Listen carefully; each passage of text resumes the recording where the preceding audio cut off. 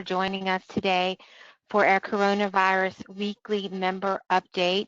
Thank you so much to our speakers and to all of our members who are attending and participating. We'd like to go ahead and get started with the Virginia Hospital and Healthcare Association update. Kelly or Matthew, have you joined us?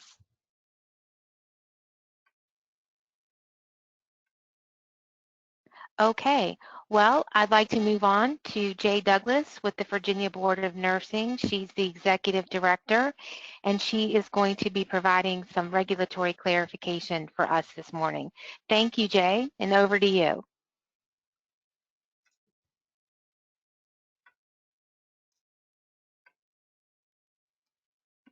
Jay, just a reminder to unmute yourself. Dana, it's not yet 11, so maybe you should just give it another minute. That is true. Thank you. I'm a little over anxious this morning. Thanks.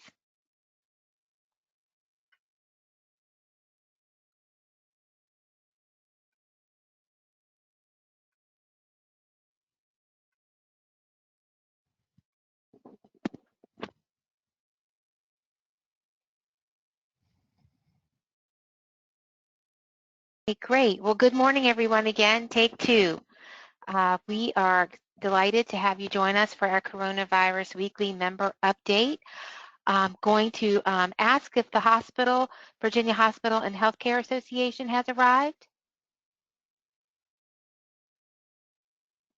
Okay. How about Jay Douglas with the Virginia Board of Nursing? Okay, we'll just move out of order this morning with their agenda. Sarah Lineberger with the Virginia Department of Health. Yes, I'm here. Can you hear me? Yes, thank you, Sarah.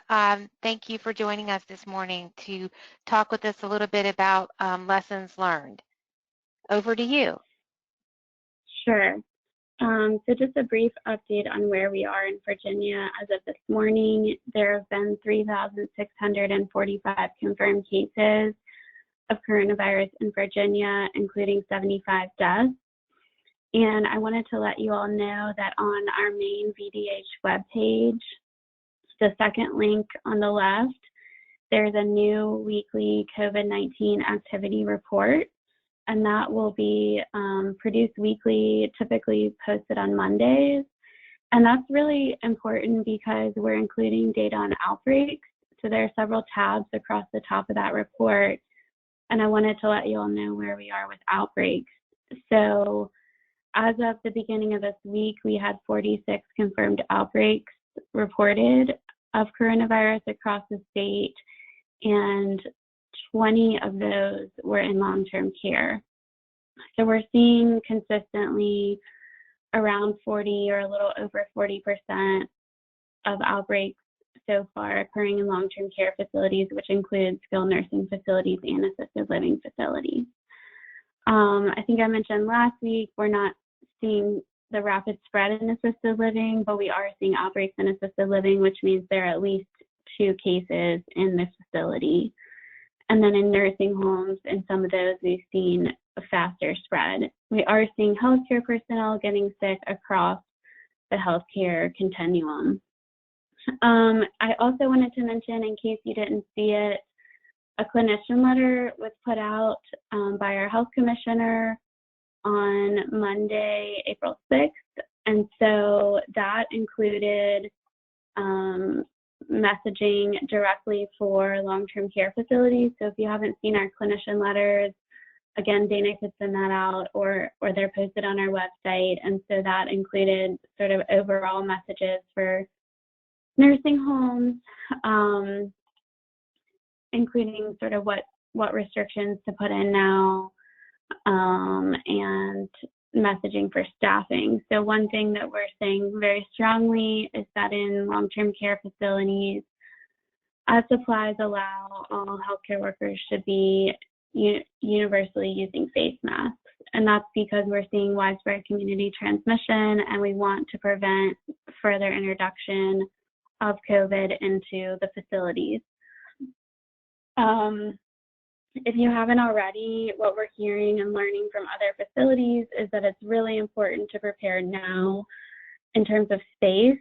So if you have an area you can designate for coronavirus patients, that's really important to do now, because moving patients once you have identified cases in your facility becomes a lot more difficult. Obviously, we understand that moving patients in long-term care facilities is hard because you're moving all their belongings, but it will be much easier on your facility and reduce risk of further spread in your facility if you go ahead and think through that now before you have any confirmed cases. Some facilities or associations of facilities are designating entire wings or units.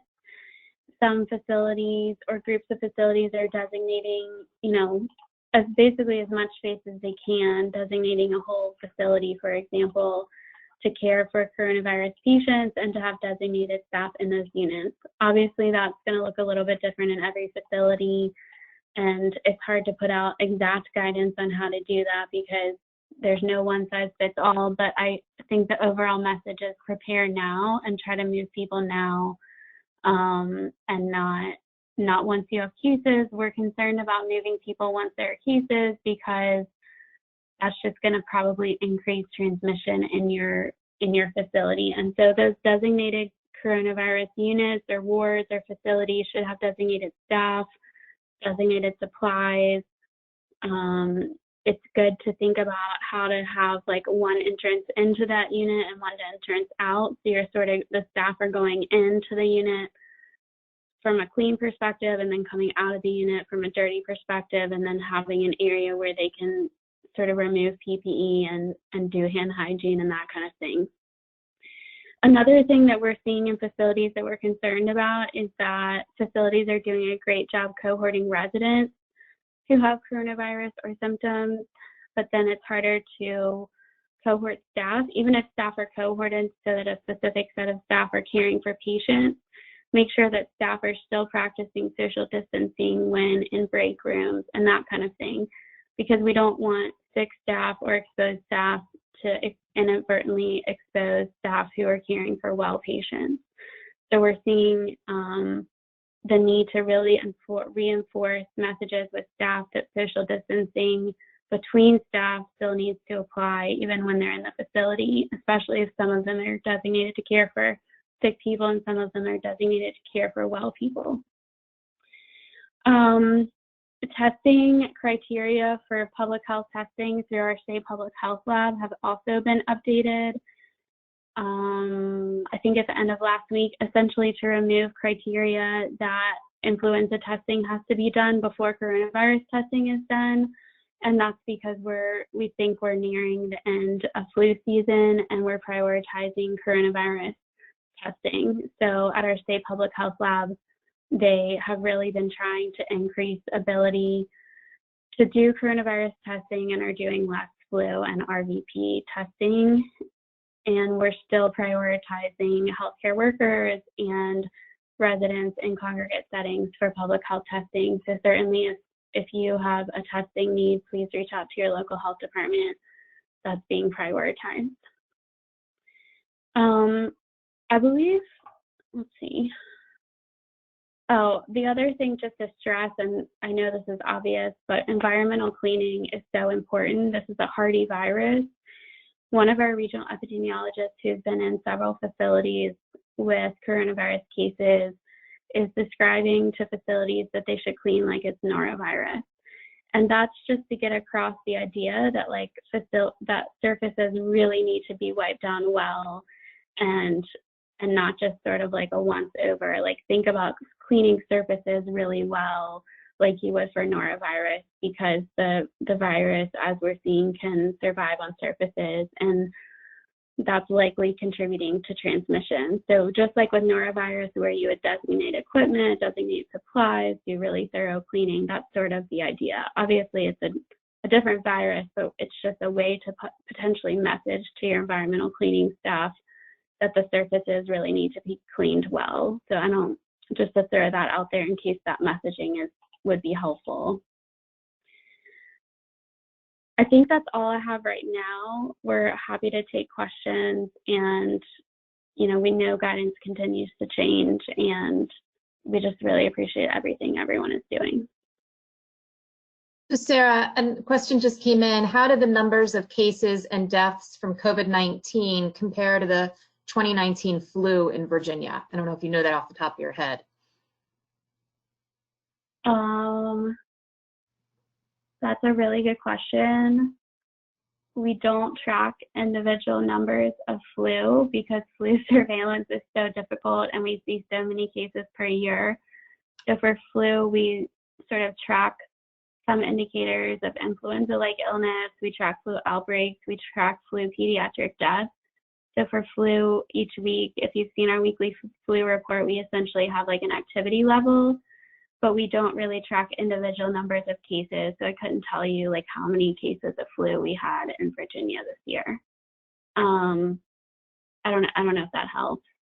Okay, thank you. I can put in the chat box, I can put the report, the link for the weekly flu report. Okay, that'd be great. And then what is the trajectory for more available testing for families wanting to bring home a resident from a community with an outbreak?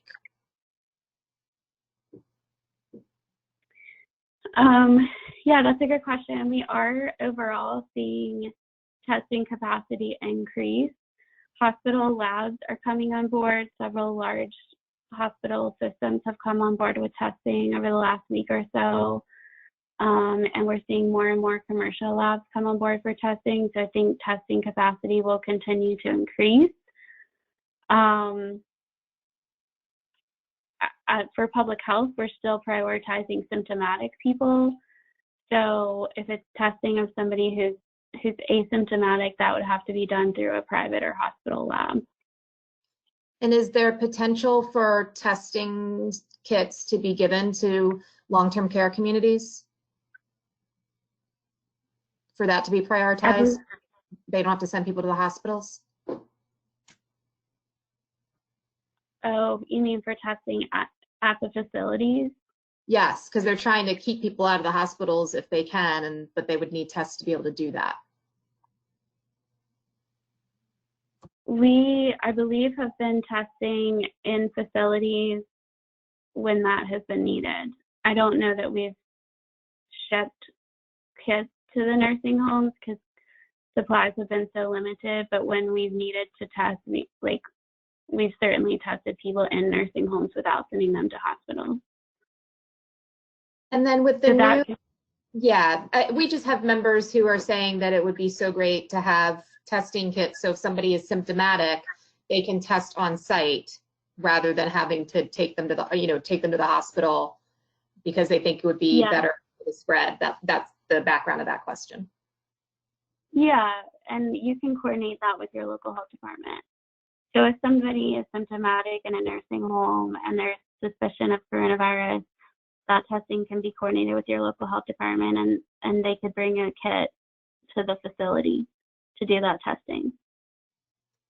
Great. And the last question that I think we have is, when you mentioned earlier about the new information that's on the VDH website in terms of outbreaks and that 40% are occurring in long-term care, is that new information highlighting the facilities where those outbreaks are happening, or is it just the region?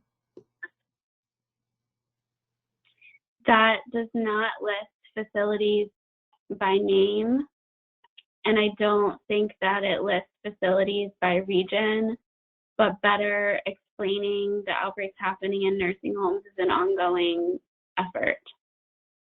So that's, I'll put the link in here in the chat. If you look at it, it has confirmed outbreaks by health district, but that's overall outbreaks. That's not nursing home outbreaks.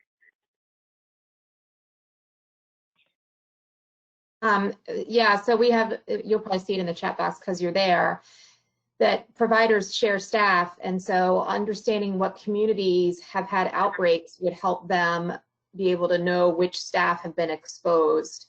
So is that something that VDH is considering doing, is letting people know which facilities have had COVID positive cases so that other communities can prepare for that and be notified of that?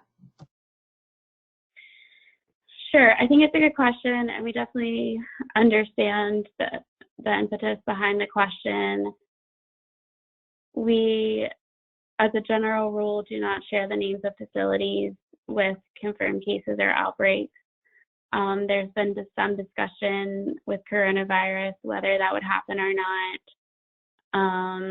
and potentially having like public health share the names of facilities with other facilities where staff are shared. But I think that's an ongoing discussion, and right now we're just going with our normal process, so we don't share the names of facilities publicly with confirmed cases or outbreaks. A follow-up question just came in. Could there be a voluntary list of providers that agree to release their names?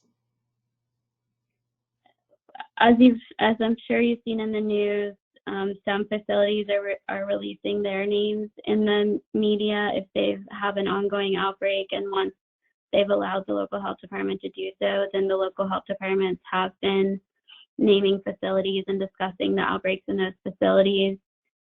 But LeadingAge wouldn't release the names of facilities until the facility has agreed to do so publicly. And then another question just came in. Are you comparing outcomes and long-term care to the general population? I think the question about tracking outcomes is a good one, and something our surveillance team is looking at how to do. It's not typically how public health surveillance is set up. We typically track cases at a point in time and get information at a point in time, but we're looking at how to better track death data and other outcome information moving forward. So I don't think I have a great answer for you, but there's a lot of interest in that, and we're looking at different data sources and how to do that. Okay, that's the last question that came in for you, Sarah. Thank you so much. Thanks. Thank you so much. I'd like to hand it over to Kenya Bryant with the Hermitage of Northern Virginia to talk with us about supporting residents with dementia. Hi, good morning. How's everybody doing today? So I wanted to let you know that here at the Hermitage Northern Virginia, we are doing like everyone else is, trying to be as creative and innovative as we can. So we have assisted living, independent living, along with a 24-hour healthcare center. So in our assisted living and independent living, we do have a community that has both mild dementia and independent, and those that are in assisted living services. And then we have our 24-hour nursing, which has all kind of different various disabilities, but majority do have cognitive impairments. So each building is a little different, but we've gotten creative and we started to do hallway trivia, hallway games. We implemented a hallway DJ, and that happens in our assisted living and independent, where they put the DJ has the cart and they're out in the hallways and they're encouraging residents to come to the door and listen to the music for stimulation. And in the healthcare center, we did it a little bit different. We took on an article we read from a nursing home in Washington State that serenaded their residents from door to door using the social distancing 6 feet away. So we have our IN2L, and we put on various different musics from their era. We looked up all of the artists, and now we're going to those residents who would like it door to door and playing different music that they like. We're serenading them through technology. We also implemented using technology through building a video studio in our private dining room, since we can't utilize that for gatherings anymore. So we have it set up with all the lights and everything, and backdrop and props in the background. And so we do videos for both our healthcare center and our assisted living. Independent residents can participate in doing a video to their loved ones, and we email that video out. We also do video calls. So we set up a spreadsheet where in both of our settings. We are signing up for Zoom, FaceTime, Google Hangout, and Duo that our residents can call. We've actually most recently had family members sending in videos to their loved ones. So we have our iPads and we'll go around to those residents, again, keeping that social distancing and everything and allowing them to see the videos or emailing it to our residents who have email. With that, we created a Hermitage YouTube channel. And on that YouTube channel, we are we put all those videos that are out there that our residents are recording. Our executive director is doing his communication to both the residents and our team members, and that's out on our YouTube video, channel. And that's been really helpful to calm down a lot of our residents' families that are maybe concerned of what's happening. They're getting the information, they're seeing residents out there, they're seeing our team members actually have really started to participate. And that means every discipline has rolled up their sleeves and are helping. So they're doing videos of encouragement out to our residents. They're participating in the activities, be that being a part of hallway bingo, or they're having information about they're doing photograms where they're taking photos and putting words of encouragement, and that goes out to our residents during mealtime and on our resident channel, which is our resident kind of community channel. We're doing movies like most people are. We're also doing the paper games and puzzles. Now for our residents who have dementia, where it's a little hard for them to do those type of games, we are doing the social distancing, especially for those that want to come out and they have those behaviors of kind of wanting to move about. We're just making sure to be mindful of the social distancing, but designating a team member who is able to have the precautions with the mask and everything, do some of those puzzles with the residents and guide them. I actually did that yesterday and we had a great time, the resident putting puzzles together. We're also doing exercises via our resident channel and hallway exercises in our healthcare center for those who can come to the doors, and that's in collaboration with resident services and nursing. We've implemented our garden club here has done something really sweet. They want to see how they can be helpful, so they started to add flowers in these little vases, and they've put together about 100 different vases and plastic containers, and they are bringing spring to the residents' rooms. So our team delivers those flowers. We place those flowers at the doors and to our residents so that they have spring in their rooms. Our healthcare center with our dementia residents, we have a garden, indoor garden. So one-on-one, we are doing it where our residents are being able to walk down to that garden. And each of the spaces that we allow residents to be in, we're making sure that we have housekeeping collaborate with them to clean and sanitize after that.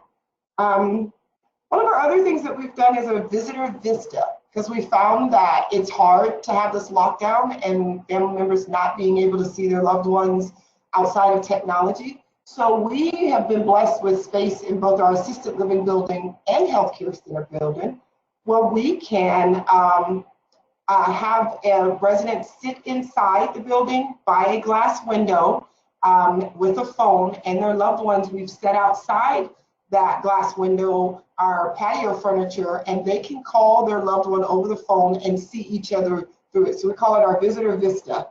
And that's been actually a success. So that's been a lot of fun.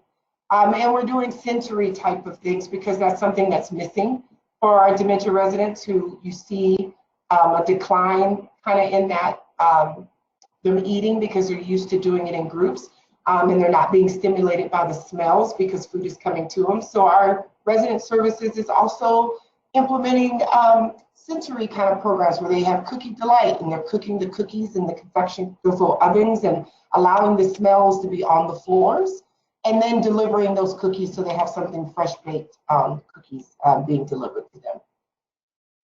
Oh, and one of the other things is we're doing treat buggies. So we have decorated two buggies and they go down the floor with music, with our resident services, and they have different treats and candies and things like that that's being given out. And it's just another type of interaction, still keeping to that, all of the precautions, but also allowing them to see someone, get something special, interact with someone.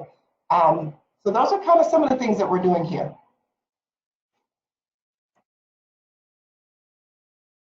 Okay, great. I don't see, Kenya, first, amazing what you all are doing. Thank you for sharing that. I know everybody will take away some great ideas for all that you are doing for your residents. Lisa, if you're, I'm sorry, not Lisa, Sarah, if you're still here, I have a couple follow-up questions for you. Are you still here?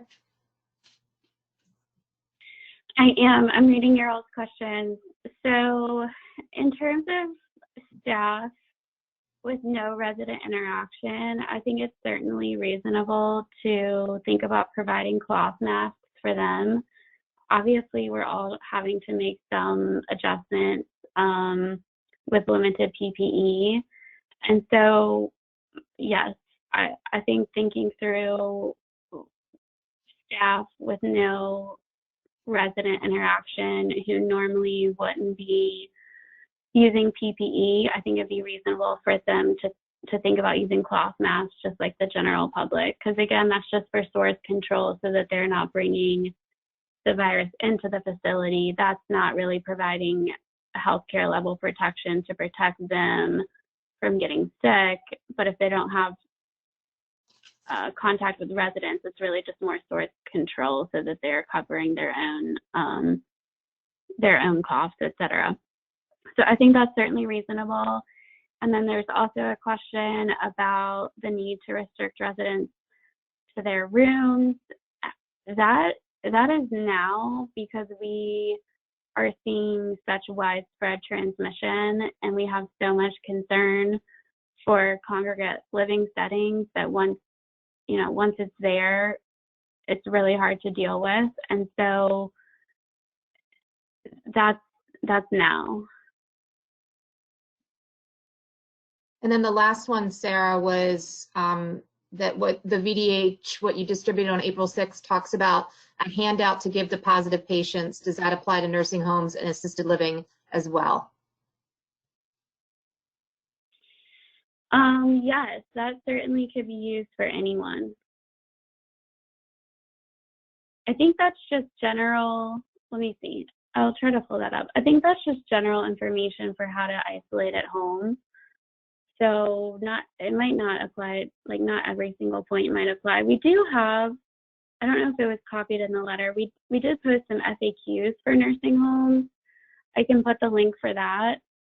And that's more like for facility level FAQs. I can put the link for that in the chat. We also just posted, I think yesterday, strategies specifically for long-term care facilities to optimize PPE supplies. So let me put both those links in the chat right now. Sarah, a follow-up, and I don't know if you'll know the answer to that. Will CMS be okay with nursing homes using cloth masks, do you think, for their staff? I think so. We've certainly been communicating daily with the Office of Licensure and Certification. And their overall message is everything CMS and anyone is saying right now is guidance and not strict policy. Obviously, this is an evolving situation. And I think that CMS overall, what I'm hearing is they just want to hear that facilities have done that infection control assessment, that checklist, and that they're prepared from an infection control standpoint. And I don't get the sense that they're going to really hone in on things like cloth masks versus other masks. I think every facility just has to do the best that they can. And then I see a follow-up. Restricting to the rooms is very difficult for residents with dementia. Are we also saying they cannot go outside by themselves for fresh air?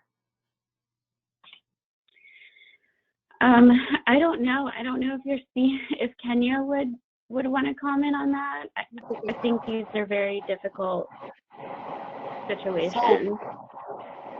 So what we've done is we, of course, are encouraging, like everyone else, to please stay at home, but we do know that that could be challenging. So we just got creative, and we, instead of going outside necessarily, because what we're trying to, as anyone who's dealing with dementia, when you have those residents who have those behaviors, we don't want to encourage, like, here's how you get out and in and out, and they're already kind of managing through some irritability because of all these changes. So we've got an indoor garden, and then because how large our building is, we've just assigned someone who is with them, and we've been able to, because of our hallways, been able to manage the 6 feet kind of social distancing. If we can, if they're in a walker, but if they're in a wheelchair, we're putting on our gloves, got on our mask, and we're kind of using the wheelchair, and we're walking them through the halls, or we're taking them down to the garden. And that's been actually really a great resource for us to help with that. We do have the times where it's really, really nice weather, and team members just see that they're really kind of irritable. We got one or two that we will go ahead and assign, team members to go ahead and take them outside. And most of the time it is just sitting at that 6 feet, giving a moment to give some fresh air. And then we bring them back in. And so it can be sometimes a little hard, like you all said, to manage that when you have someone with dementia, but we're trying to be as creative as we can. Thank you, Kenya. There's a comment in the chat box from one of your peers who said, wow, those activities sound great. So thank you for sharing that. Sarah, one other follow-up, or one more question, which is what is VDH saying will be the peak date here in Virginia for the outbreak? That's a great question. Where's your crystal ball? There's certainly modeling being done in conjunction with some of our universities, and I haven't seen that data, so I'm going to have to get back to you. I don't know. Okay, thank you. And then a follow-up question, what do we do if a resident with dementia becomes positive? What are acceptable ways to keep them in their rooms? I'll field that based on an experience that another provider in Arizona shared, Lisa, that they are putting stop signs on their door.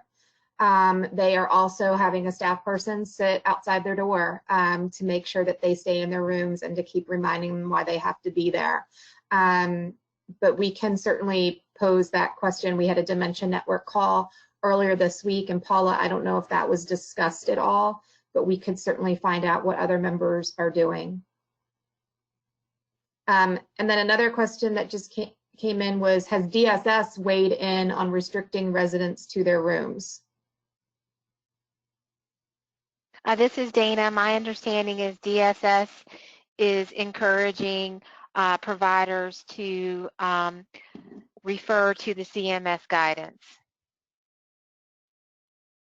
And Paula, I mentioned you and then I didn't give you a chance to speak to see if that had come up on your dementia services call.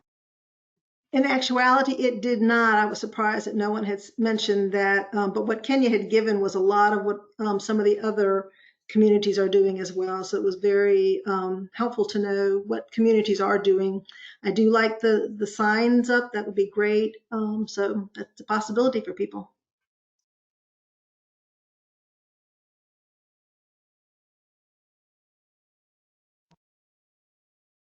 Okay, great. Jay Douglas, have you joined us?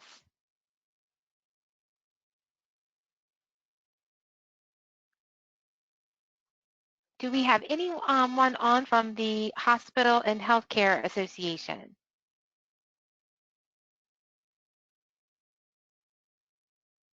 Dana, I'm here. Can you hear me? Is this Jay? Yes, I can hear you. Yes. Oh, good. Okay. Oh, Third great. time to Thank you, talk. Jay. Thank you for joining us and providing some regulatory clarification. We really appreciate it. Good. On the line also is Charlotte Rideout, Deputy for the Board of Nursing, who oversees the Nurse Aid Registry and the medication aid programs on the licensure and discipline side of things, and also Dr. Robin Hills, deputy who oversees the education programs for nurse aides. So they are joining me and will weigh in if there's something that they can speak to more specifically than I can.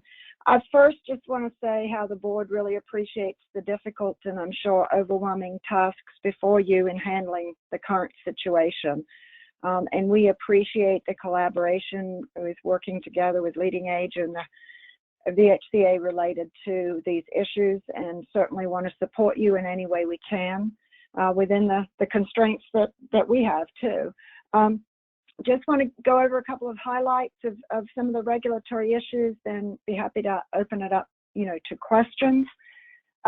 First of all, to just say, as you all know, that the national nurse aid testing events have been canceled through May the 1st, or whenever conditions are deemed safe to reopen.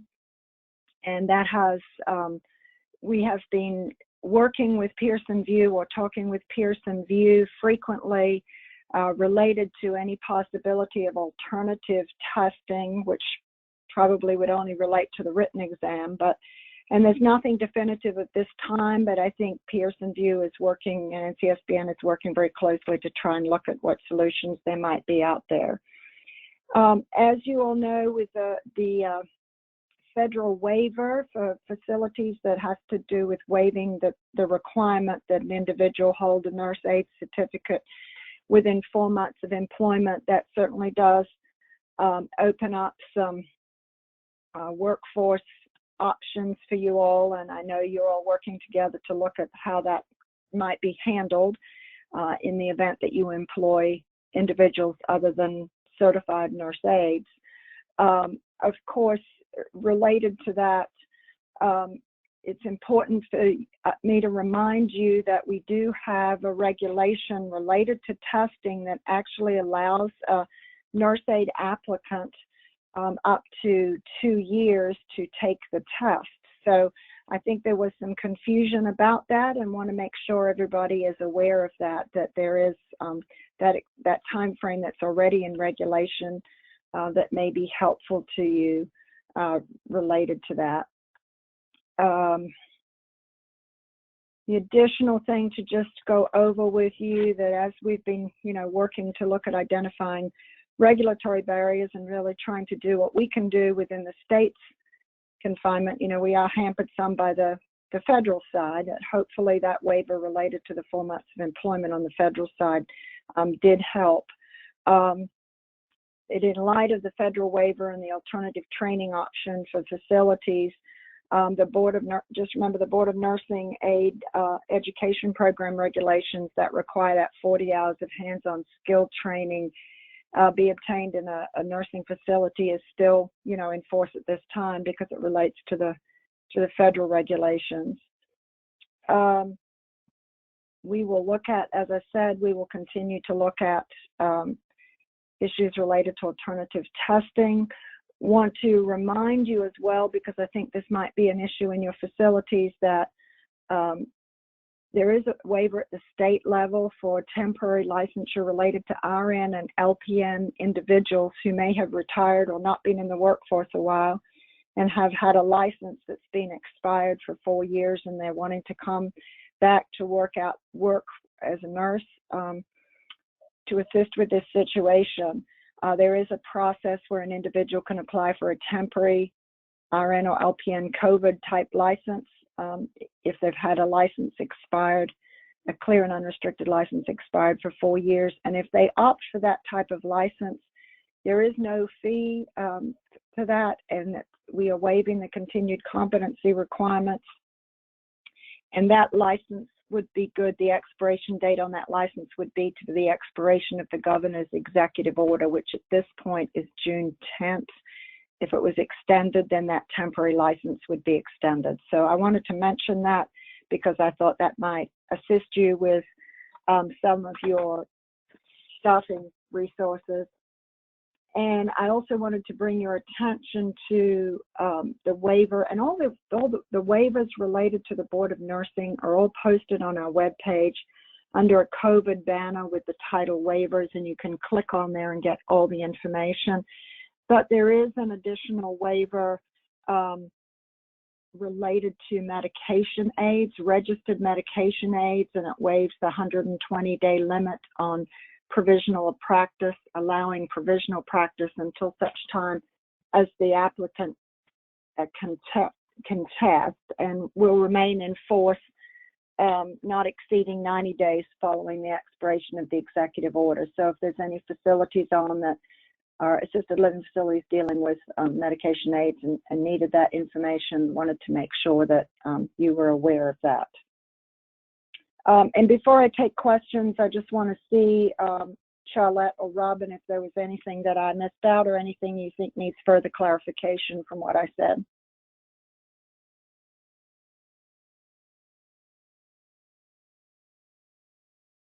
Doesn't sound like it, or perhaps they can't be heard either. So Dana, that's all the comments I have. I'm happy to answer any questions. Thanks, Jay. A question came in. Can you clarify again if members are allowed to employ nurse aides who have not successfully passed their state-sanctioned skills test on a full-time basis beyond 120 days of completing their coursework, as long as they deem them safe and competent? Yes, and that really doesn't have to do with any restriction or guidance from the Board of Nursing. That has to do with the part of the federal waivers that you all receive that does allow you to employ other individuals that are not certified nurse aides, and as employers, you having the ability to deem them competent to function in different roles, whether they're called nursing assistants or patient care aides or whatever they might be called, or they are graduates of a program and haven't tested yet. They can certainly work, as the requirement is not for individuals who graduated from a nurse aid program and have been employed. There's no testing availability, as you know, and the 4-month rule or the 120-day rule has been waived by the federal government. Thank you. That's all the questions that have come in, Dana. Thank you so much. Yes. I will say that Charlotte is on the line. She wasn't able to be heard either, but she doesn't have anything additional to add. I just want to emphasize to everybody that we're all available to assist you in any way, and all our contact information is on the website, and feel free to reach out to us. We appreciate that. We really appreciate your support during this difficult time and for being on the call today. That information was very helpful. Okay. Any other questions? I'm not seeing any come into the chat room, so I think you covered everything. That's great. Okay, thank you so much. Thank you. Okay, bye-bye. Bye-bye. Thanks, Jay. Okay. One more. Hospital and Healthcare Association, have you all joined us? Okay, before we get into a member discussion, I did want to mention a couple of things. We have had 2 members that have experienced the new CMS phone survey process, and William Blackwell from Westminster Canterbury Richmond is going to be the featured speaker for the LeadingAge call on Monday the 13th at 3:30. So I'd really like to encourage you to get on that call and listen to Will's experience. We have also invited Mary Childs to be a speaker for a nursing home call that we will have on the 14th at 2 o'clock. So all of this information will be included in our daily update today. I am not seeing any questions coming in to the chat room, but wanted to provide an opportunity for you all to ask any additional questions before we sign off for the day. And our next call will be on April 15th.